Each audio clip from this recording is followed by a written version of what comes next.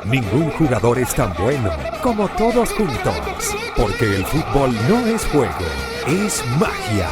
Lo analizamos todo desde afuera. Humberto Villamizar, Alejandro Flores, Edgar González y Salvatore Capadona darán el pase perfecto para el gol de la victoria. Esto es Pase Gol Podcast.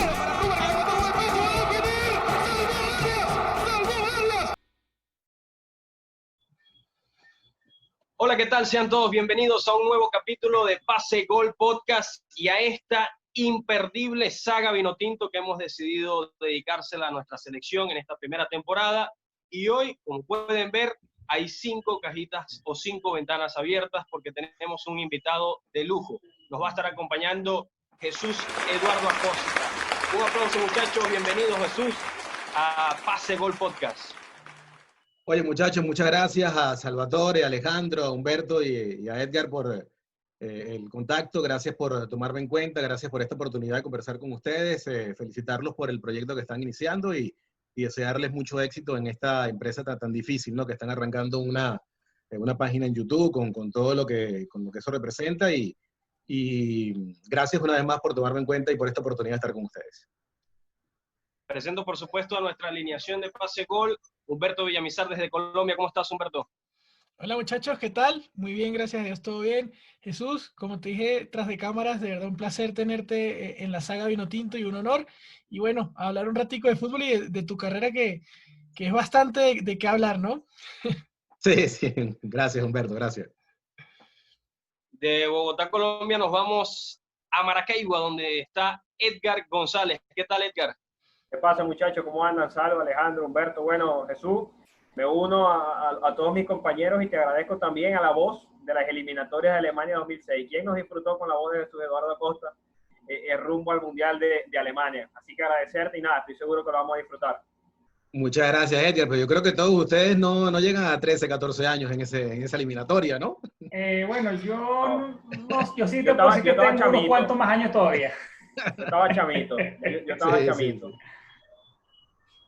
De Maracaibo nos vamos a la capital de nuestra amada Venezuela, donde está Alejandro Flores. ¿Cómo estás, Alejandro? Hola, Salva, Humberto, Edgar. Un abrazo a la distancia. Bueno, una vez más, muy complacido de estar con ustedes en un nuevo capítulo de Pase Gol Podcast. Y bueno, honrado en tener como invitado a Jesús Eduardo Acosta. Bueno, me uno a todo lo que ya mis compañeros han dicho y quisiera agregar algo más. Jesús Eduardo siempre se ha caracterizado por tener una gran calidad en lo que a narración de fútbol se refiere, pero siempre me pareció muy particular la manera como él finalizaba los partidos con ese pitó, que para mí, pues leer el nombre de Jesús Eduardo Acosta automáticamente me viene a la mente esa manera tan enérgica hasta para terminar la narración de un partido. Sí, gracias Alejandro, de verdad complacido estar con ustedes y bueno, sí, así tratamos de terminar los partidos con la misma intensidad que arrancamos y durante el partido y bueno, y sobre todo con el final, si la selección lograba un triunfo importante, un empate importante, pues terminábamos de esa manera, ¿no? Eso ya para dar comienzo a la entrevista, pues como te estaba diciendo, detrás de cámaras el único comunicador aquí del equipo es Edgar y yo te quería preguntar cómo un administrador de empresas llega al mundo de la narración, al mundo de los medios y qué tan difícil fue. Bueno, lo que pasa es que siempre me gustó el deporte, ¿no? Siempre, o sea, la posibilidad de ver partidos de fútbol, partidos de básquet, partidos de béisbol, siempre fue la pasión desde pequeño, bueno, como seguramente a todos ustedes les pasaba con el fútbol básicamente, con otros deportes, pero bueno, en mi época y en mi caso, siempre pendiente de las transmisiones deportivas que habían en el fútbol, en el baloncesto y en el béisbol. Y por allí, bueno, fue creciendo la ilusión y la pasión por trabajar en esto. Yo arranqué la primera vez en 1989 en el Mundial de Italia 90, con una oportunidad que me dieron Dani Rivera y Graciano Cruz, que en aquel momento eran los narradores y comentaristas del Marítimo en radio, y allí tuve la oportunidad de estar en los partidos entre Venezuela y Brasil y Venezuela-Chile, ¿no? Que fueron goleadas espantosas que sufrimos en el Brigio Iriarte y duelen, ¿no? Cada vez que nos recuerda esa época donde nos pasaban por encima. Pero más allá de eso, bueno, ahí tuve la oportunidad de comenzar Paralelo a eso, pues ya había comenzado mi carrera en la universidad en administración y empecé a trabajar en radio, primero con Marítimo, haciendo programas de radio con Graciano en una emisora en Caracas que antes se llamaba Radiolandia, después ya se llamó Sonera y ahora no recuerdo el nombre que tiene ahora, pero el diario era 1450. Y bueno, por allí me fui trabajando con ese programa de radio, luego un programa de los domingos también. Llegaron transmisiones deportivas con el Deportivo Italia en su momento. Entonces, bueno, iba compenetrando lo que era la carrera con mi actividad en radio en ese momento, ¿no?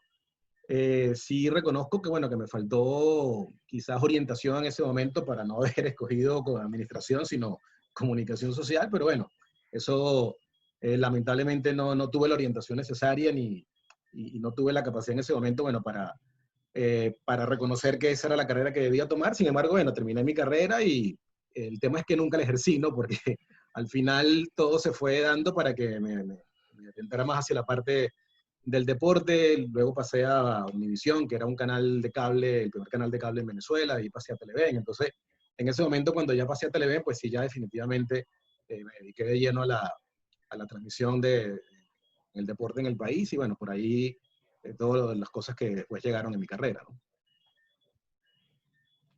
Bien, Jesús Eduardo, bueno, hablando un poquito más sobre tus comienzos, tú narraste en el fútbol local para el legendario Marítimo, Deportivo Italia, después cuando pasas a hacer Italchacao y para el Caracas Fútbol Club. ¿Qué recuerdos, o sea, tienes tú de esas diferentes facetas que tuviste? O sea, esos diferentes equipos en los cuales narraste. ¿Y hay alguna de esas aficiones que tú recuerdes con más cariño? Sí, claro, mira, por ejemplo, con Marítimo, lo que hacía era trabajo de entrevistas a nivel de cancha. El Club Sport Marítimo era un cuadro muy bien organizado. La comunidad portuguesa realmente hacía un trabajo importante en cuanto a la promoción del equipo, ¿no? Para conseguir sponsor, vallas publicitarias, las transmisiones de radio, ¿no? Estaban muy bien organizados y era una afición importante, claro, básicamente por aficionados y de la comunidad y colectividad portuguesa en el país, pero especialmente de la isla de Madeira, pero ellos hicieron un gran trabajo en su momento. Después en el Deportivo Italia, si bien es cierto, era un equipo de mucha tradición, pero bueno, no contaba en ese momento con el respaldo. Sin embargo, ahí tuve la oportunidad de estar 3 años con ellos en el circuito de radio. Luego, en algún momento, durante un año, estuve con el Deportivo Italchacao, que lo había tomado la empresa Parmalat y estaba apostando fuerte por el fútbol en ese momento.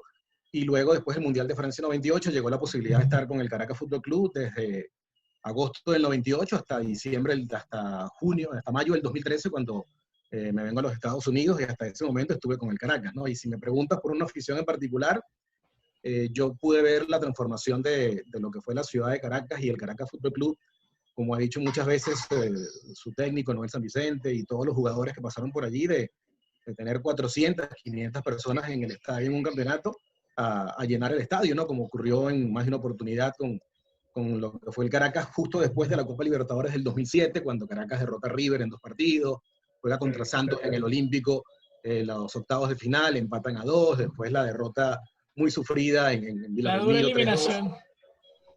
3-2. Sí, fue muy, muy doloroso porque estaban ganando 2-0, y sin embargo yo recuerdo, Humberto, que ese partido contra Santos para mí fue el partido que hizo clic entre la ciudad y el Caracas, de cómo se fue cambiando el apoyo a un equipo que no llevaba, sino como te decía, 400, 500 personas al estadio, un equipo que en algún momento se convirtió en un referente en la capital en cuanto al apoyo que recibía. Bueno, después por las circunstancias que ha pasado el país en este momento, bueno, uno lo puede ver, ¿no? El Caracas va a Montevideo y consigue fanáticos, y va a Perú y lo mismo, y está en Ecuador lo mismo, lo que puede suceder también si llegara a jugar en Bogotá, ¿no? Entonces, pero sí puedo decir que guardo un cariño muy especial por el Caracas y por la afición que fue creciendo, porque era una afición que siempre alentaba, que siempre apoyaba, más allá de todos los problemas que en algún momento se han presentado, pero la afición del Caracas sí la recuerdo de una manera muy especial, y por supuesto todo lo que viví con el Caracas Fútbol Club.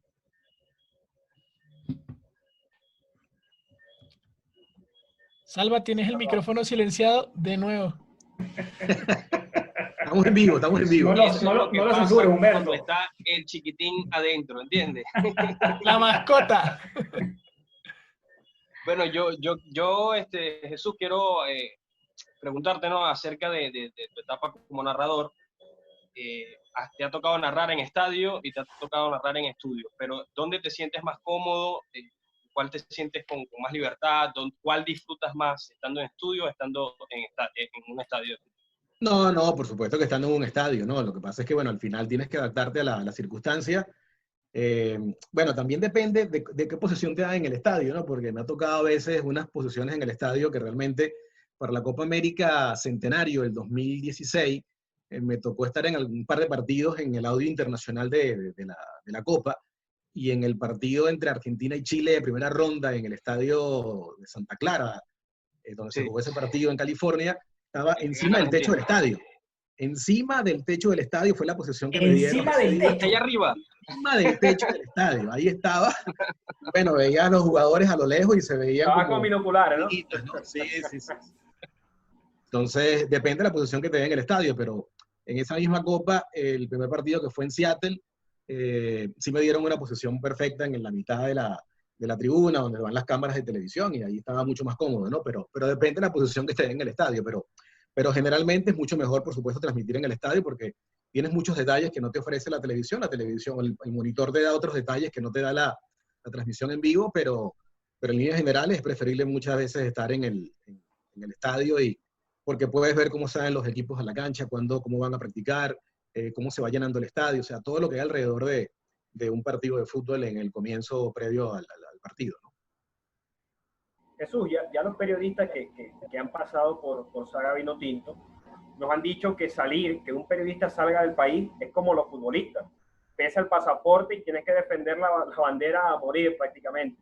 Sí, a ti te tocó y te quiero ir al punto de DirecTV Sport, una cadena tan importante para el continente donde estás tú, Alex Candal, Panchi, Blavia, Carlitos Suárez, tantos venezolanos que han salido.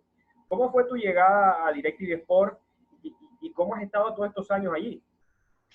Bueno, Edgar, yo llegué a DirecTV en el año 2007, prácticamente de lo que fueron los fundadores de la operación en esta última etapa de DirecTV Sport desde Venezuela. Como creo que en el programa que hicieron con Fernando Petrocelli, pues él recordaba y le agradezco a Petro sus palabras hacia mi persona y allí arrancamos haciendo partidos de Liga Española, de la Premier, en esa primera etapa. Después me toca salir en el 2010, voy a Venevisión a hacer el Mundial, después termino trabajando en Venezuela en Sport Plus, lo que luego pasó a llamarse Canal Plus, hasta julio del 2013, cuando me vengo a Estados Unidos y allí se da la oportunidad de estar en otras cadenas y en DirecTV Sport. Y en el 2014, el 1 de enero del 2014, regreso a DirecTV y es allí cuando, hasta la fecha, sigo trabajando como freelancer con ellos en distintos torneos, en distintos partidos, NBA, béisbol de Grandes Ligas, fútbol de la Premier, fútbol de España, Copa Alemana, Copa de Francia, eliminatorias de UEFA al Mundial, Liga de Naciones, en fin, todos los proyectos que se hacen desde Estados Unidos para la cadena y ha sido muy, muy importante poder estar allí porque es la manera de poder estar en contacto nuevamente con el público de Venezuela, con el público de la región también, pero especialmente con el público de Venezuela y es un orgullo pertenecer a ese grupo tan importante de venezolanos que tenemos la posibilidad de estar con DirecTV Sports. Jesús, quiero hacer, y con el perdón de mis compañeros, otra pregunta corta, porque varios periodistas internacionales dicen que la ventaja o el plus que tiene el periodista venezolano es que, como tú dices, es polideportivo, puede narrar básquet, béisbol, fútbol, y a ti te ha tocado narrar, como muy bien lo dices, las tres disciplinas en el canal. ¿Cómo te has llevado con eso y además acompañado de Panchi y de Carlito? Sí, porque bueno, en mi caso, yo desde que empecé en el medio siempre traté de estar por lo menos en los tres deportes, ¿no? En béisbol, básquet y fútbol. Se hacía transmisiones, por ejemplo, en la etapa que estuve en Televen, empecé haciendo fútbol italiano, pero también tuve la oportunidad de estar en el béisbol de Venezuela, haciendo béisbol de Grandes Ligas, Liga Profesional de Baloncesto. Entonces siempre traté de estar presente en las tres disciplinas para no perder el ritmo, para no perder presencia, y así me ha tocado, ¿no? Y digamos que en Estados Unidos, básicamente, lo que he hecho para las cadenas en inglés, en Estados Unidos en español, ha sido fútbol, pero sí he tenido la oportunidad, como dices, para DirecTV Sport, de hacer otros deportes como béisbol y baloncesto de la NBA principalmente, béisbol de Grandes Ligas, Y lo importante en ese caso es la preparación, ¿no? Estar siempre preparado, estar siempre ready para la batalla, ¿no? Para la pelea y estar siempre en constante búsqueda de información y de preparación para cada uno de los deportes. Jesús, con respecto a eso, yo te quiero preguntar, ¿qué tan difícil es ese proceso de adaptación que hoy estés narrando un partido de fútbol de la Liga Española y mañana te toque un partido de los Miami Heat contra cualquier equipo de la NBA? ¿Qué tan difícil es ese proceso de adaptación?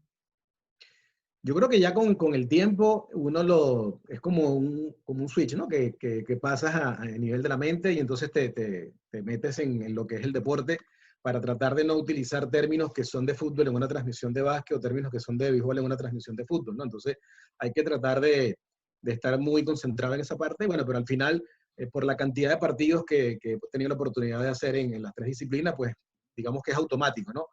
No tengo problema en estar primero en una transmisión, como decía, porque no es de un día para otro, ¿no? Me ha tocado también en el mismo día, ¿no? En la mañana hacer un partido de fútbol, después en la tarde uno de básquet y cerrar la noche con un partido de béisbol. Eso perfectamente no tengo problema en tener ese reto, ¿no? De tener tres transmisiones de tres deportes distintos en el mismo día, ¿no? Con la preparación y la concentración que tienes, que ya con el tiempo y la experiencia que te da, pues lo puedes hacer. Jesús, y yo, con el perdón de mis compañeros aquí, te voy a hacer una repregunta y es, ¿qué deporte disfrutas más narrar o transmitir, dado que pues en un mismo día te pueden tocar tres? ¿Cuál te sientes que dices, esto tengo que seguir haciéndolo por el resto de mi vida? Yo creo que los tres, o sea, no puedo decir que uno en particular me guste más que el otro porque todos los disfrutan, ¿no? Si no lo disfrutas, no lo haces, ¿no? Entonces, por ejemplo, un mundial de fútbol es un mundial de fútbol, ¿no? Y es un evento único, pero transmitir una serie mundial también tiene su importancia y es un evento máximo en el béisbol, ¿no? Y una final de NBA, increíble, ¿no? Todo lo que puede representar una final de un deporte tan importante como el básquet, ¿no? Entonces, creo que todos tienen su importancia, todos tienen su disfrute y al final, lo que te digo, mientras lo disfrutes, lo puedes seguir haciendo. El día que ya no empiezas a disfrutarlo, como le pasa seguramente a un futbolista que ya le cuesta ir a entrenar, que ya no le gusta la concentración y todo eso, todo lo que implica la responsabilidad del jugador, pues entonces ya no lo hacen, ¿no? Pero en mi caso particular, me siento un privilegiado de poder hacer lo que hago porque ir a transmitir un partido de fútbol, un partido de básquet, un partido de béisbol, para mí no es un trabajo, es un disfrute, ¿no? Y eso, yo creo que eso nos pasa a todos los que estamos en el medio, que ir a trabajar, entre comillas, es ir a transmitir un partido, pero lo disfrutas tanto que a mí particularmente me cuesta decir que hay uno que disfrute más que otro. Sí te puedo decir que quizás, por ejemplo, narrar béisbol en radio creo que es de las cosas más difíciles que hay, ¿no? Sobre todo, quizás ya en esta época no tanto, te estoy hablando de 15, 20 años atrás en Venezuela, cuando los equipos tenían mucha publicidad, muchos sponsors, muchos patrocinantes. Entonces, era complicado el tema de llevar el ritmo de juego con las menciones publicitarias, con las menciones específicas de juego. Entonces, se torna un poquito complicado, pero bueno, al final lo terminas manejando. Eduardo, bueno, ya entrando en materia en cuanto a la temática de la Vinotinto, ¿no? Entre 2002 y 2007 tú fuiste el narrador oficial de RCTV para los partidos de nuestra selección nacional. ¿Cómo te sentías tú en medio de esa efervescencia de Vinotinto, que tú fueses a través de tu voz ese elemento de conexión entre lo que sucede en el partido y quienes te veían? O sea, el hecho de que tú eras la voz que estaba transmitiendo todo lo que estaba pasando, todo ese magnífico proceso de la selección nacional. Bueno, Alejandro, primero una gran alegría porque en mis comienzos, como te decía, yo arranqué prácticamente haciendo fútbol venezolano, ¿no? Entonces tenía esa conexión especial con el fútbol de Venezuela porque yo recuerdo la eliminatoria para el Mundial de México 86. Tuve la oportunidad de ir al estadio a ver un amistoso Venezuela-Bolivia en el Brígido. El partido quedó 5-0. Era la primera vez que iba al estadio a ver un partido de fútbol en Venezuela y me enganché con la selección ese día y dije, oye, esta selección juega bien. No conocía mucho a los jugadores en ese momento. Después seguí esa etapa de preparación de la selección rumbo a ese premundial. Recuerdo inclusive un partido que jugó Venezuela con el Belge de Dinamarca, un equipo danés. También se jugó en el Brígido, ese día era de noche, no pude asistir al partido. Yo venía escuchando por radio, estaba transmitiendo el gran amigo y recordado Turi Agüero, lamentablemente fallecido. Turi Agüero, cómo no. Y recuerdo que el estadio, no fue ese día, pero el estadio se llenó. Y en la casa de mi mamá en el Paraíso, en Caracas, estaba como unos 10 minutos del Brígido de Iriarte, y cuando Bernardo Añora anotó el gol, yo lo escuchaba en la radio, pero la bulla que se hizo, el bullicio, la gritería en el estadio, se escuchaba perfectamente en el edificio donde vive mi madre en Caracas, y tenía esa conexión con la selección. Bueno, después vendría el partido que hace poco se cumplieron años de lo que fue ese partido, con el golazo de René Torres, con el gol de Herbert Márquez, y yo estoy convencido, muchachos, que esa selección, por ejemplo, con la preparación de ahora, con los recursos de ahora, con un todos contra todos, yo no digo que iba a ir a un mundial, pero la iba a pelear también como esta, porque era una selección de muy buenos jugadores, ¿no? Entonces, ver eso primero con la selección, después me tocó en el 89 ver las goleadas de Brasil y Chile en contra, y tener que sufrir tanto. Recuerdo inclusive en el premundial del 94, con un primo fuimos a ver Venezuela-Bolivia en Cachamay, con el comienzo de la eliminatoria con Ratomir Dutkovic, anotaba primero el Popi Palencia el primer gol, y nos abrazamos y lloramos y reíamos y estábamos felices, y después Bolivia nos metió 7. Y entonces todas esas derrotas que te van marcando y te van haciendo, te duelen, ¿no? Porque es el país, porque es el fútbol, pero siempre tienes esas ganas de que el fútbol mejore, de que el fútbol cambie.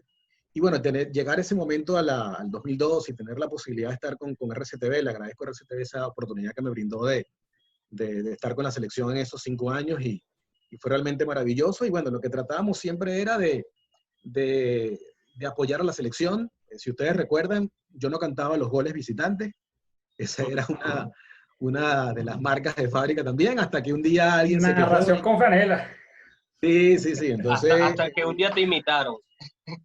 No creo que me imitaron, pero sí un día alguien, creo que fue en el partido Venezuela 2, Brasil 5, ¿no? Brasil nos había metido los 5 goles, yo calladito, Brasil 5, Venezuela 0, llegaron los 2 goles de Rubén Morán, ¡Venezuela 2! Entonces, a partir de ese día, alguien se quejó y con algún directivo del canal, y entonces me dijeron, mira, está bien que no lo cantes, pero dale un poquito más de cariño. Bueno, entonces ahí tratamos de hacer algo un poco más, no cantarlo con tanta emoción y emotividad al respecto, pero bueno, eso fue parte de lo que hacíamos, ¿no? Entonces queríamos apoyar a la selección siempre, siempre con mucha intensidad, con mucha emoción, y bueno, eso entiendo que era lo que quería también el canal en ese momento. Bueno, se dio la oportunidad, y bueno, fueron 5 años maravillosos de apoyar a la selección en esos partidos del premundial. A ver, estuviste en ese proceso, lo viviste, narraste partido a partido. ¿Por qué crees que ese boom vinotinto tuvo tanta conexión con la afición de Venezuela?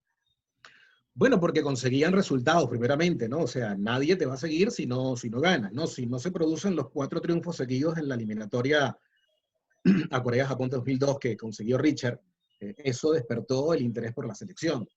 La selección jugaba bien, no se puede decir que esa selección jugara mal, ¿no? Se despertó esa irreverencia, ¿no? Que tanto llamó Richard en el grupo, y hubo esa conexión, ¿no? Aparte, la selección, si bien es cierto, en otras épocas tuvo el apoyo de Radio Caracas Televisión por ejemplo, ese premundial del 85, para los partidos contra Argentina, Perú y Colombia, pero no se había hecho, ¿no? un apoyo de marketing, ¿no? De promoción, como se le dio a la selección en ese momento tan importante, ¿no? Inclusive otros entrenadores que han pasado por la selección, como César Farías, inclusive decía, no tuvo ese respaldo, ¿no? Que tuvo la selección en ese momento, de tener un canal tan importante detrás de la selección para todo lo que era la promoción de los partidos y de los jugadores, ¿no? Entonces creo que se unieron esas cosas, ¿no? Se unió el apoyo de un canal importante en el país, se unió que la selección jugaba bien y sacaba resultados. Que lamentablemente después, por detalles en los partidos que no se pudieron concretar, no se pudo alcanzar la meta de llegar al Mundial de Alemania, ¿no? Pero allí uno recuerda lo que fue esa noche de mucha lluvia en San Cristóbal, en el partido con Chile, y el gol de Pinilla, y como Arango antes la había colocado en un tiro libre en el palo y no la pudo meter. Un cabezazo que le sacó Calero a Alejandro Sichero en el partido con Colombia, un partido donde Venezuela llegaba, por cierto, con muchas bajas de los volantes zurdos en ese partido. Giovanni Rivero se quedó en la banca ese día, que lo habían convocado y no pudo jugar. Después el partido con Paraguay en casa también, Venezuela la tuvo Giancarlo primero, la pegó en el palo y después Aido Valdés nos vacuna y perdimos el partido. Entonces, la derrota con Uruguay, el empate con Uruguay en casa, todos esos partidos en casa que no se pudieron concretar, Salvatore, entonces es lo que al final termina pesando para que no se pudiera dar el milagro, ¿no?, de llegar a una Copa del Mundo, ¿no? Pero creo que al final se despertó esa conciencia de que nuestro fútbol no está malo, que tenemos buenos jugadores, que hay que seguir trabajando, que hay que seguir brindándole todo el apoyo necesario para que ojalá algún día podamos llegar a una Copa del Mundo. Lo que pasa es que queremos llegar a un Mundial sin habernos preparado antes en categorías menores, ¿no? Manuel Plasencia o el Catarro, que creo que decía en algún momento, no podemos llegar a ser Juan sin ser Juancito. Entonces, no habíamos llegado a un Mundial Sub-17, un Mundial Sub-20. Ya llegamos a esas instancias, pero tenemos que seguir llegando, tenemos que seguir compitiendo y siendo protagonistas en esas categorías. ¿Cuál es el verdadero nivel de nuestro fútbol? ¿La selección o el torneo local? ¿Cuántas veces hemos sido protagonistas en Copa Libertadores de América? Desde el 2016 que clasificó Táchira octavos, no tenemos un equipo en octavos. Desde el 2009 que Caracas llegó a cuartos de final, no hemos tenido otro equipo en cuartos de final. Entonces, y los equipos que han llegado a cuartos de final, lo podemos contar, ¿no? Táchira del 2004, Caracas del 2009, Estudiantes del 99, Interven del 94, y antes en el formato anterior de grupos donde eran 2 equipos de un país y 2 equipos del otro, solamente clasificaba uno de la siguiente ronda y eran luego 2 semifinales de 3 equipos, y allí solo 3 equipos pudieron pasar: Portuguesa, Ula Mérida y Atlético San Cristóbal. Entonces, esa es la realidad de nuestro fútbol también, me parece a mí. O sea, no tanto es la selección es cierto, hay un buen grupo de jugadores que se ha ido al exterior y se ha ido terminando de formar, pero nos falta todavía, que va a ser complicado en el corto y mediano plazo por la situación que vive el país, que nuestros equipos puedan competir, porque en el pasado, ya les he mencionado, los equipos que han podido rendir en Copa Libertadores de América han sido muy pocos, y es en el último tiempo, en los últimos 2 años en Suramericana, donde hemos podido tener algo más de protagonismo con la clasificación 2 años seguidos del Caracas a octavos y la de Zulia el año pasado a cuartos de final. Pero revisamos atrás y cuántos equipos pudieron llegar a octavos en Copa Suramericana. Entonces, cuesta, ¿no? El torneo, si bien es cierto, hay categorías sub-17, sub-20, la segunda, la reserva, todo lo que quieran, pero sigue costando. Podemos mejorar, pero es que también los otros mejoran, los otros también tienen una mejor estructura que nosotros, sacan más jugadores que nosotros, entonces termina siendo complicado todo, ¿no? Jesús, en la etapa de la generación del 2006, esas eliminatorias, ¿crees que fue la época donde la selección recibió un mayor apoyo del sector privado? Oye, Salvatore, yo creo que siempre he recibido apoyo del sector privado, pero bueno, quizás en ese momento se puede evidenciar más porque tenía atrás el apoyo del principio de Empresas Polar junto con RCTV, entonces quizás allí por todo lo que representaba, ¿no? El canal más el apoyo de Empresas Polar, quizás por allí uno puede decir que fue la etapa donde siempre se apoyó más a las elecciones desde el punto de vista del sector privado, pero yo creo que con el paso del tiempo en las otras eliminatorias también hubo apoyo del sector privado para la selección. El tema es que al final no se han dado los resultados para llegar a ese tan anhelado Mundial de Mayores, ¿no? Pero creo que en todas las épocas ha existido apoyo del sector privado, quizás en uno más que otro, y por lo que te decía, ¿no? Porque de repente en ese premundial, con la unión que hubo en ese momento de Empresas Polar y de RCTV, pues se puede pensar que fue el año quizás o la eliminatoria donde más apoyo hubo. Jesús, bueno, tu voz quedará o quedó inmortalizada por ese partido del centenariazo, que tú lo pudiste relatar, tuviste ese privilegio. Primero preguntarte cómo viviste tan emocionante partido, porque me imagino tú relatando y por dentro queriendo pegar unos gritos y saltar, ¿no? Y lo otro es cómo te sientes que ya estemos en el año 2020 y todavía sigas recordando a Jesús Eduardo Acosta por los gritos en ese centenario. Mira, Edgar, realmente es una alegría tremenda que, como tú dices, ¿no? Pasa el tiempo y siguen recordando al grupo que transmitimos la eliminatoria por RCTV, con Francisco Lavia, con Alberto Camardiel y con Manuel Plasencia. Es realmente emocionante, ¿no? Que pase el tiempo y nos recuerden.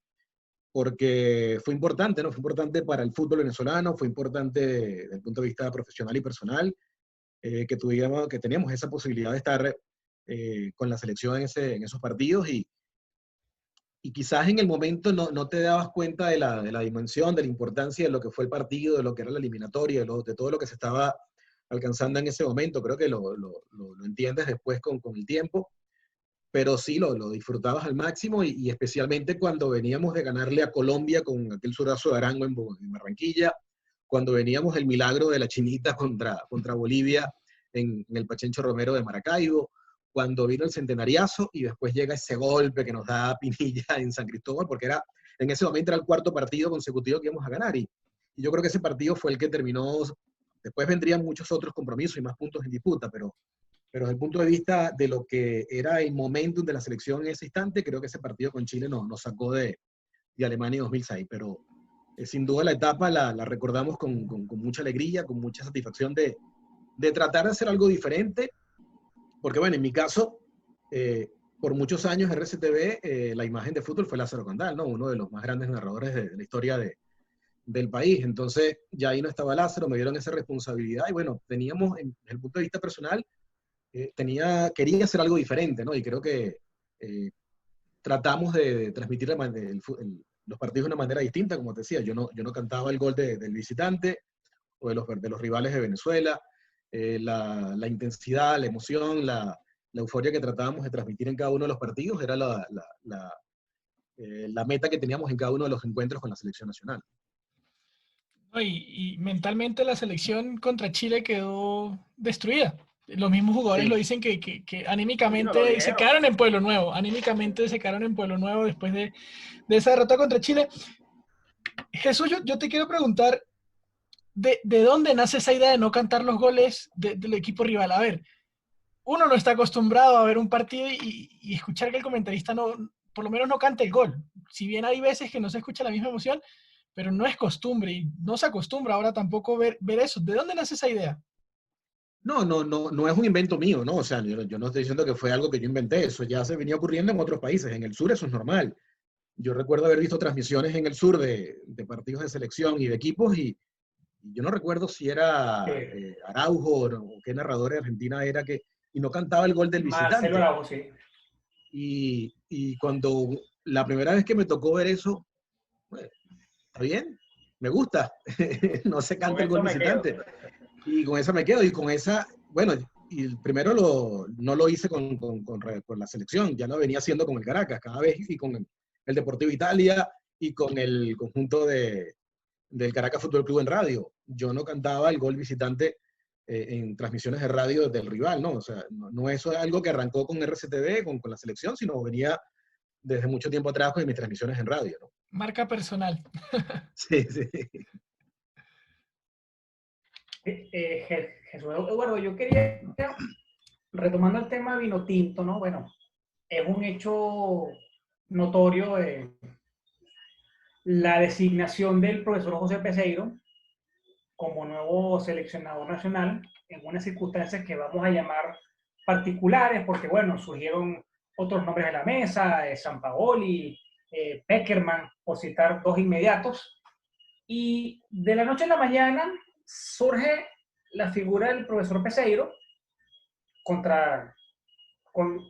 personaje hacia el cual más bien todos tenemos una gran expectativa porque ya ha dado algunas declaraciones en cuanto a cómo él quiere que la selección juegue, ya ha entrado en contacto con algunos de nuestros actuales vinotinto, pero yo te pregunto, ¿qué opinas tú de esa designación? Yo creo que si nos dicen en algún momento, olvidémonos de los nombres que estaban ahí, de Peckerman y de Sampaoli. Bueno, está sonando la posibilidad de que sea José Peseiro. Revisa su currículum, su resumen, y es un buen entrenador. No podemos decir que no tiene trayectoria, que no tiene experiencia, que no tiene la capacidad para estar al frente de una selección nacional. El tema es que se creó esta expectativa por los nombres que podían llegar, pero particularmente Peckerman. Cuando uno escucha y hablaba con colegas colombianos, lo que hablaban de Peckerman, sí, es cierto, llegó a Colombia a los mundiales y todo lo bueno que fue en la eliminatoria para Colombia, pero hay un tema también de según los colegas colombianos con los cuales uno hablaba permanentemente, del manejo de empresarios, de jugadores, ¿no? Entonces, ese tipo de manejo del cual yo no tengo pruebas, ¿no? Simplemente es lo que, repito, lo que me decían colegas del balompié colombiano, ¿no?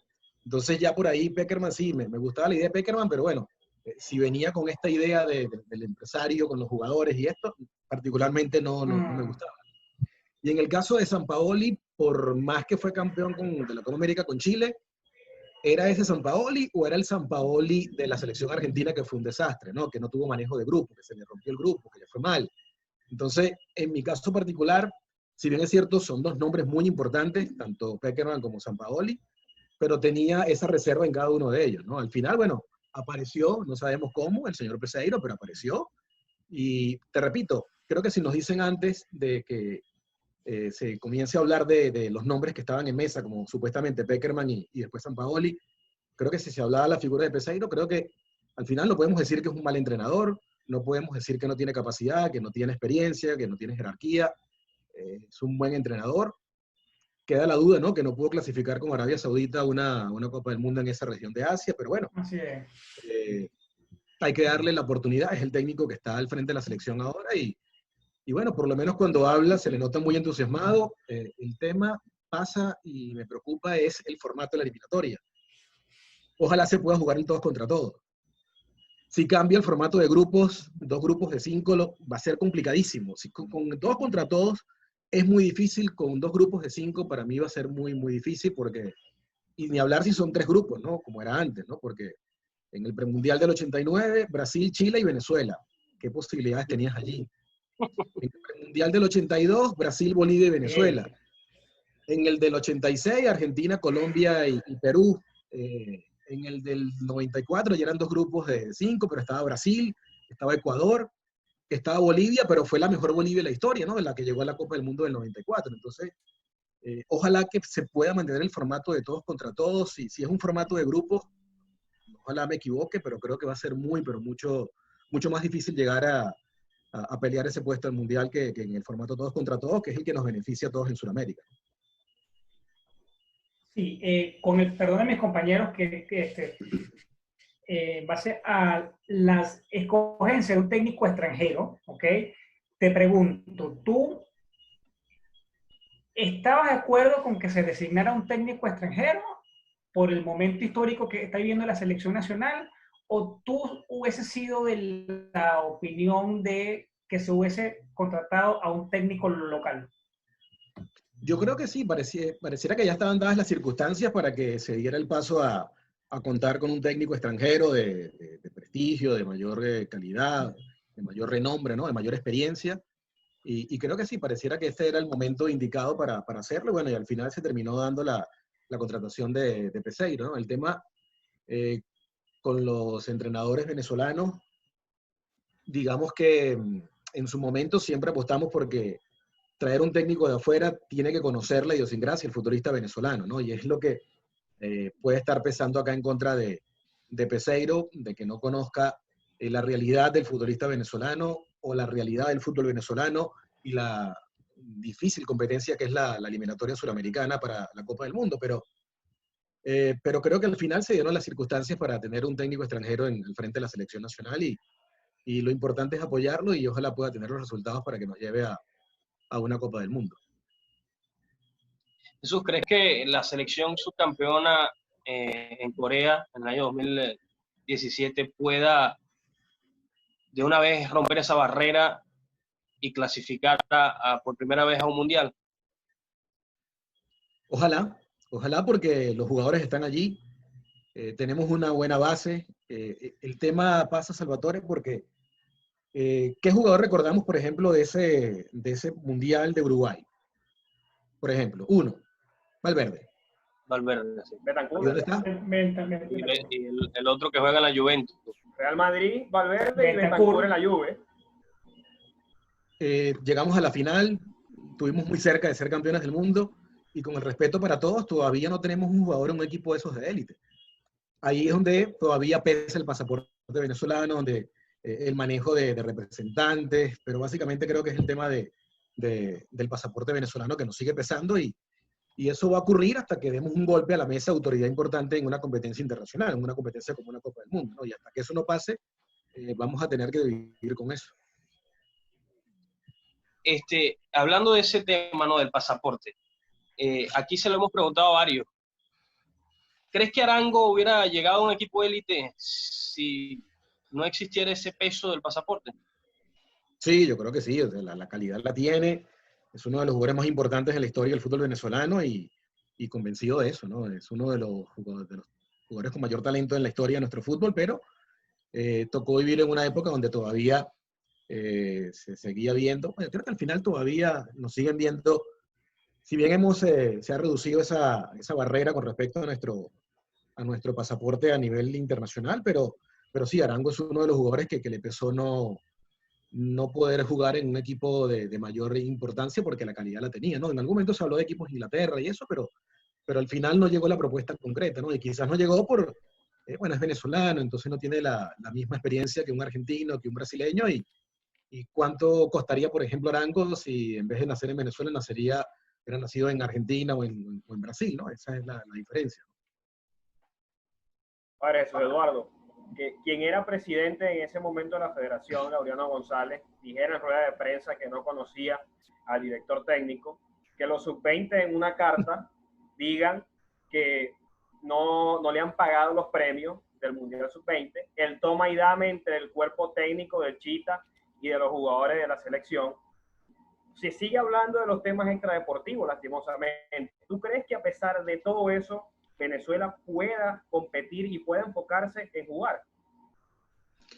Bueno, va a ser el reto de Peseiro, ¿no? Que pueda aglutinar al grupo en torno al objetivo de dejar atrás todos los dimes y diretes, todo lo que se ha dicho alrededor de la selección y que logre que los jugadores se comprometan junto con el cuerpo técnico para que puedan tener una buena eliminatoria y puedan llegar al objetivo de la Copa del Mundo. Pero sí, pero es lamentable que siempre hay una historia, siempre hay un dime, un direte, un chisme, este dijo, este no dijo, este me vio, este no me vio. Entonces, lamentablemente se siguen hablando cosas externas de la selección y no lo más importante, ¿no? Que es que tenemos un gran grupo de jugadores, tenemos una muy buena base de nuestro plantel en este momento para pelear esta eliminatoria, que repito, no va a ser fácil. Si tú me preguntas hoy, ¿a quién sacamos en un todos contra todos de 10 equipos? ¿A quién sacamos?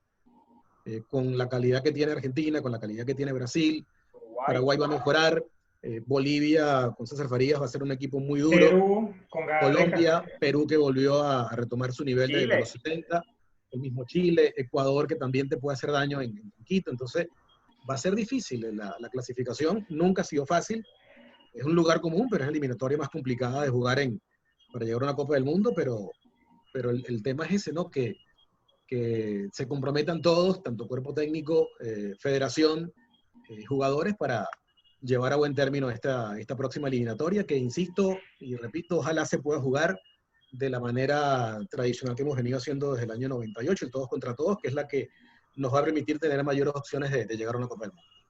Mencionaste ahí a Juan Arango y en las últimas horas se colocó a disposición de José Peseiro y del cuerpo técnico de la federación para formar parte precisamente del cuerpo técnico del míster como asistente. ¿Qué piensas tú de eso? Bueno, me parece que es una figura importante, ¿no? Arango es un jugador referente de la selección nacional, lo que ha hecho la historia con nuestra Vinotinto es para aplaudirlo, para destacarlo y sin duda debería ser una pieza importante para ese enlace, ¿no? Entre el cuerpo técnico de Peseiro con los jugadores de la selección nacional, porque hasta hace poco Arango era parte de nuestra Vinotinto, ¿no? Entonces creo que pudiera ser un aporte valioso el que pueda brindar Arango al técnico Peseiro. Veremos si en definitiva hay ese acercamiento, ¿no? Entre Arango y la federación para que pueda estar, y si también el Peseiro lo solicita, ¿no? Porque eso es otra, ¿no? Una cosa es que Arango se ofrezca, otra cosa es que Peseiro lo pida, ¿no? Y lo quiera tener en su trabajo. Eso, Eduardo, con respecto a eso te quiero preguntar, dadas todas las declaraciones y toda la polémica que está sucediendo, pues con este tema del Pájaro Vera, de Salomón Rondón, de que el Pájaro nombra a Juan Arango en todas estas críticas, ¿no crees que sería contraproducente el hecho de que también Juan Arango haga parte del equipo de Peseiro? Bueno, al final, Pájaro habló, responde Rondón. Quizás allí, particularmente, me parece que el Pájaro, con todo el aprecio que le tengo, tenía que haber hablado no ahora, sino cuando salió y explicar por qué salía y decir todo eso, ¿no? Y en el caso de Rondón, con todo lo importante que es para la selección, no me gustó la manera como se expresó de un capitán, ex capitán de la selección nacional. Pero bueno, es un problema entre lo que dijo el Pájaro y lo que dice Salomón Rondón. Pero al final, con respecto a la pregunta si puede ser contraproducente o no, eso será el propio Peseiro, ¿no? Quien tenga, si determine si la suma de Arango, su cuerpo técnico, es positivo o no. Yo creo que un jugador de la calidad y de la trayectoria de Arango, que pasó por la selección, que conoce muy bien todo lo que es el ambiente de la selección nacional, pudiera ser una suma importante para el cuerpo técnico de José Peseiro. Pero te repito, va a depender si hay un acercamiento entre la federación y Juan Arango y entre Peseiro y Juan Arango, si eso en definitiva es lo que quiere el entrenador portugués, porque se habló también en algún momento de Dani Cañas, ¿no? Pero hasta el momento no se ha terminado, no han determinado cuál va a ser o los ayudantes de Peseiro de Venezuela para la selección nacional. Yo, ya para iniciar como esta última ronda de preguntas, quiero preguntarte si es ahora o nunca para Venezuela Qatar 2022, aprovechando las 3 generaciones que tenemos, aprovechando una generación subcampeona o mundial sub-20, ¿es ahora o nunca? ¿O es solo un lema? No creo que sea ahora o nunca, ¿no? Pero sí es un gran momento por la profundidad que tenemos de la mitad de la cancha para arriba. Si hablamos de las posiciones o de la calidad de jugadores que tenemos, no es la misma profundidad y calidad de jugadores que tenemos de la mitad para arriba, por ejemplo, en la defensa, ¿no? Si bien es cierto lo de Osorio, lo de Chanzo, lo de Roberto Rosales, lo de Alexander González, puede ser muy importante, pero cuando ya buscamos, si alguno falla, ya ahí, en el punto de vista defensivo, no tenemos tanta profundidad. Distinto, por ejemplo, en la mitad de la cancha, donde está Otero, Soteldo, Savarino, Machís, Yángel, Juanpi, Junior Moreno, Tomás. Tenemos un buen grupo de jugadores y en la parte ofensiva, desde Salomón, ojalá pueda regresar José Martínez, Fernando Aristigueta, Cádiz, Córdoba, Jan Hurtado. Entonces, tenemos una profundidad importante en ataque y en el medio campo, pero no la veo tan sólida, por lo menos en la parte de la defensa de nuestra selección, en cuanto a la profundidad, tener varias piezas que nos puedan ayudar en algún momento. Si es ahora o nunca, pareciera que es un momento importante, que tenemos el grupo de jugadores para alcanzarlo, pero repito, el tema es que la eliminatoria es tan difícil, es tan complicada. Tenemos que enfrentar a rivales que tienen más trayectoria que nosotros, más estructura que nosotros, mejores jugadores, o por lo menos mayor cantidad de jugadores posibles para ser convocados a la selección nacional, y eso pesa, ¿no? Y como te decía antes, a mí me preocupa en lo que tiene que ver con el nivel del fútbol de Venezuela, porque una cosa es la selección, que sigue compitiendo, que sigue generando partidos importantes, pero otra cosa son nuestros equipos cuando van a la competencia suramericana, sea Copa Libertadores o sea Suramericana. Es allí donde pasamos trabajo y donde no nos va bien y donde históricamente no hemos tenido buenos resultados. Son muy pocos los casos que hemos tenido de equipos importantes en Copa Libertadores. No hay un equipo venezolano que haya llegado a una semifinal de Copa Libertadores América de este formato nuevo, o a una final de Copa Libertadores, ¿no? Sí, en el Caracas en algún momento llegó a la final de la Copa Merconorte, pero era un torneo más pequeño, de 5 países, donde fue a disputar un partido en el Campín de Bogotá, por cierto, y la final fue ante el Independiente Santa Fe de Bogotá, y el partido de vuelta, ese partido, les comento, fue empate al final del Independiente Santa Fe de Bogotá, y el gol lo marcó el Pájaro Vera, aquel partido que dirigía Manuel Plasencia al Caracas, y donde Caracas llegó a una final de Copa Merconorte y donde no pudo alcanzar ese logro tan importante que era para el fútbol de Venezuela. Bien, Jesús, bueno, continuando con la temática Vinotinto, bueno, la hemos hablado de manera general. Yo quiero preguntarte en particular por Jefferson Soteldo, porque ¿qué pasa con él? O sea, él ha tenido un crecimiento exponencial a raíz de su paso por el Santos de Brasil. Ha tenido elogios del mismísimo Rey Pelé, que prácticamente le adjudicó la camiseta número 10, y eso es una tamaña responsabilidad futbolísticamente hablando, eso no pasa todos los días. y mucho más cuando los futbolistas brasileños que fichan por el Santos le huyen a la camiseta 10, ¿no? En ese sentido, Soteldo, en unas recientes declaraciones que dio, bueno, él tiene como norte llegar al Manchester United porque es el equipo de sus sueños, ¿no? Yo no pongo en duda que eso pueda pasar, pero yo te pregunto, para él dar ese salto hacia Europa, ¿tú crees que él primero debería ir a un equipo de media tabla para él adaptarse a la idiosincrasia del fútbol europeo? ¿O tú crees que él ya tiene las condiciones para dar un salto de calidad con mayúscula y, por ejemplo, pasar del Santos a un Atlético de Madrid, por ponerte un ejemplo? Yo creo que la calidad la tiene, ¿no? El tema con Jefferson Soteldo es que tiene que seguirlo demostrando con Santos y tiene que ganar cosas importantes con Santos, ¿no? Un Soteldo campeón de la Copa Libertadores de América con Santos ya es otra cosa, ¿no? Ya le da un cartel diferente, ¿no? Entonces, va a depender de lo que pueda alcanzar con Santos en el mediano plazo Jefferson Soteldo para que pueda llegar a ese sueño que tiene de estar en un equipo grande de Europa, ¿no? Pero la calidad la tiene, pero para que eso se pueda dar desde el punto de vista, él debería, y ahora lo puede hacer con Santos o con otro equipo suramericano, conseguir algo importante en Copa Libertadores de América o en Copa Suramericana, ¿no? Que pueda alcanzar un título con estas dos competencias del continente, donde pueda mostrarse todo su talento, como ya lo hizo con Zamora, donde lo hizo en Chile y ahora lo está haciendo en Brasil. Pero la calidad la tiene. Jesús, mucho se le ha criticado el proceso de Dudamel, porque parece ser que todo el mundo se recuerda del proceso de Dudamel, precisamente cuartos de final, Copa América de Brasil contra Argentina. Ese es el único recuerdo que tiene la afición venezolana de Dudamel, lamentablemente. Pero lo mencionaste hace unos instantes, el tema de los jugadores. ¿De verdad Venezuela tiene jugadores, tiene plantel, porque eso es lo que cree la afición, para competirle a Brasil, para competirle a Argentina, a Uruguay, a los países que son las potencias del continente? Un punto de vista objetivo, no, tenemos una buena base, tenemos un buen plantel, pero Argentina y Brasil tienen mucho más jugadores que nosotros y de mayor calidad, ¿no? Y en equipos élites en Argentina y en Brasil. Ese no es nuestro caso. Te hablaba el caso de la sub-20, ¿no? Con nuestra selección subcampeona del mundo y si bien todos dieron el salto afuera, pero le ha costado a esa generación asentarse en un equipo de élite, ¿no? Ya el caso de Jefferson es importante con Santos, pero quisiéramos verlo en un equipo más, con todo lo histórico, lo importante que es Santos, pero quisiéramos verlo en Europa, un equipo más importante del viejo continente para Jefferson Soteldo, ¿no? Pero sí, los otros países tienen primero más historia, más estructura, mayor cantidad de jugadores convocables a la selección. Ojo, con la camiseta no se va al mundial, eso estamos claros. Hay que disputar los partidos en la cancha, hay que sudarlos, hay que pelearlos.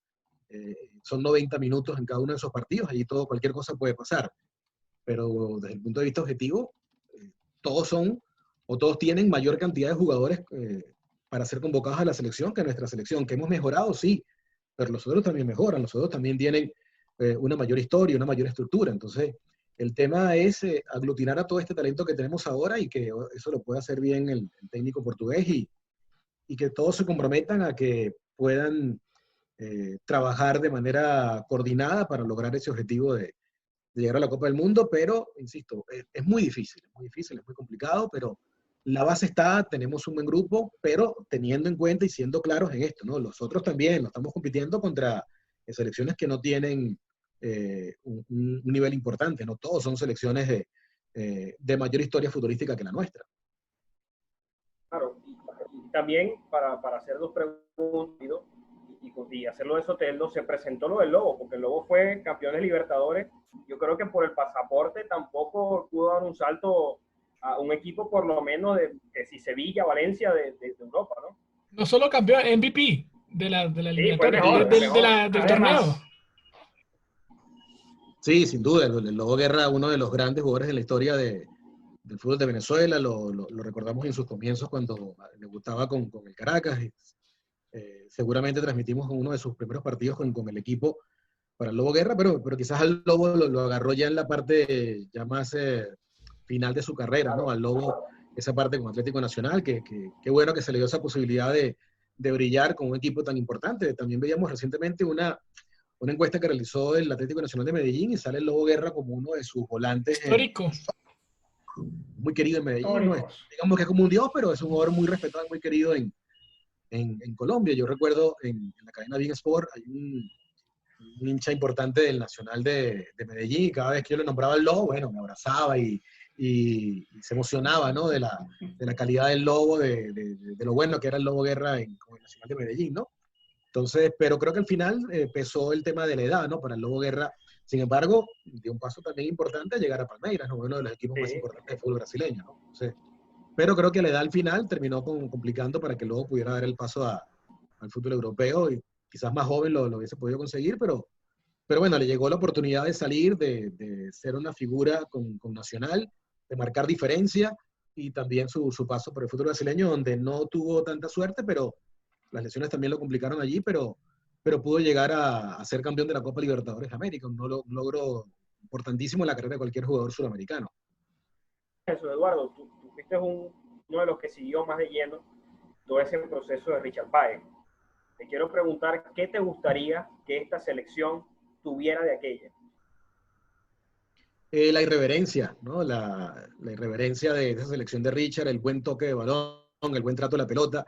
Yo creo que eso, como les decía antes, fue una combinación muy importante que tuvo la selección, porque Richard les dio esa mentalidad ganadora a la selección, tocaban muy bien la pelota, jugaban bien al fútbol, y todo eso se combinó para que se diera ese enganche entre medios de comunicación, la afición y la selección nacional, para que todos tuviéramos ese orgullo, ¿no? de tener nuestra selección nacional jugando, y eso es lo que quizás quisiéramos que tuvieran todas las selecciones nacionales de Venezuela, ¿no? Sobre todo buen trato de la pelota, ¿no? Que después no la tuvo cuando sale Richard e ingresa César Farías, pues cambió radicalmente, ¿no? Lo que era el juego de la selección, pero fue una selección que demostró mucha efectividad, y los logros están allí, ¿no? De lo que fue el proceso de Farías al frente de la selección nacional. Jesús, ya para ir terminando, nosotros tenemos dos dinámicas con nuestros invitados. La primera, y creo que te va a costar un poquito, no hay uno que diga que no le cueste, es si tuvieras que irte a jugar una caimanera con un 5 histórico de Venezuela, ya sea actual o pues del pasado, ¿con cuál 5 te irías y dijeras, aquí gano todos los partidos que no me van a sacar de esta cancha? A ver, Stalin Rivas, para mí el jugador de mayor... El mago. El mago, el mayor talento que hemos tenido en el fútbol de Venezuela, con el respeto de Juan Arango. Juan tuvo una carrera importantísima en Europa, su pegada es única, pero lo que le debimos hacer a Stalin en tantos partidos en Venezuela fue espectacular. Lástima que no pudo desarrollar más su carrera en Europa por su comportamiento, por la inmadurez, pero el mayor talento que hemos tenido en Venezuela, ¿no? Stalin sería uno, Juan Arango sería otro. Pudiera decirte el caso de Ronald Vargas, otro gran talento, pero que las lesiones lo complicaron. Llevo 3, ¿no? Sí, van 3. Pudiera ser de los jugadores también que han pasado por nuestra selección, Carlos Maldonado, también otro jugador con una calidad tremenda, ¿no? En su momento en el 89, uno de los jugadores con mayor referente del Táchira. Sí. Carucero Dinero.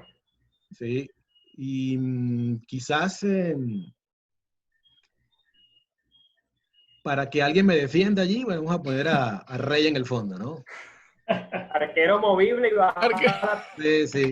Rey atrás y esos 4 adelante allí para que resuelvan todo, ¿no? Para que hagan desastre. Sí, mira, Jesús Eduardo, y la otra dinámica que también tenemos es, en honor a nuestro programa, sería ¿a cuál jugador, nacional o extranjero, activo o retirado, a quien tú quisieras hacerle un pase gol? Mira, me gustaría hacerle un pase gol a Herbert Márquez. Herbert Márquez. Aquel delantero que saltó por encima de toda la defensa argentina y venció al Pato Fillol y dejó el partido 3-2. ese sería uno de los escogidos, ¿no? También te pudiera decir de Rafael Castellín, ¿no? Otro gran delantero que ha tenido Venezuela y que también fue importante en su paso por el fútbol nacional. Digamos como delantero esos dos, ¿no? Si hablamos de mediocampistas, bueno, te diría entonces que le haga un pase-gol a Stalin, ¿no? Que mejor manera de que el gol lo haga un jugador como Stalin Rivas, ¿no? Pero todo depende, ¿no? O también tirarle un centro a Rey para que defina, ¿no? O que me hagan la falta para que Rey cobre el tiro libre y gane el partido, ¿no? Todo eso también vale. Wow, Jerez Márquez.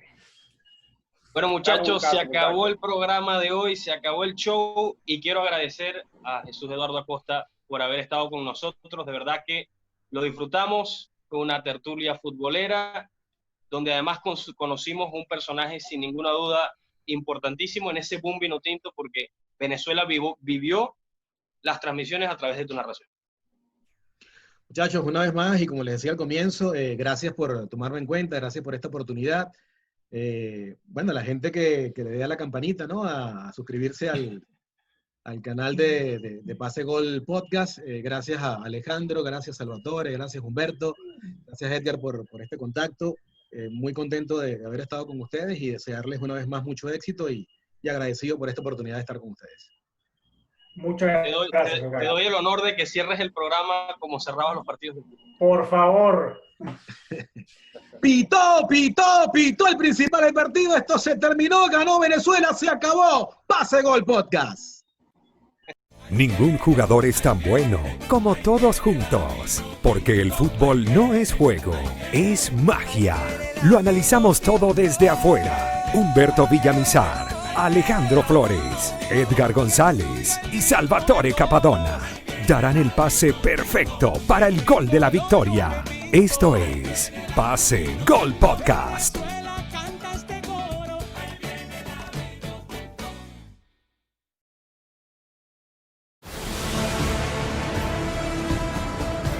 Del béisbol, superamos al deporte supuestamente nacional de nuestro país, lo superamos, le dimos identidad también al béisbol que no la tenía como tal. Entonces creo que ese fue para mí en un resumen corto y preciso como para decirle qué fue lo que pasó en esa selección nacional.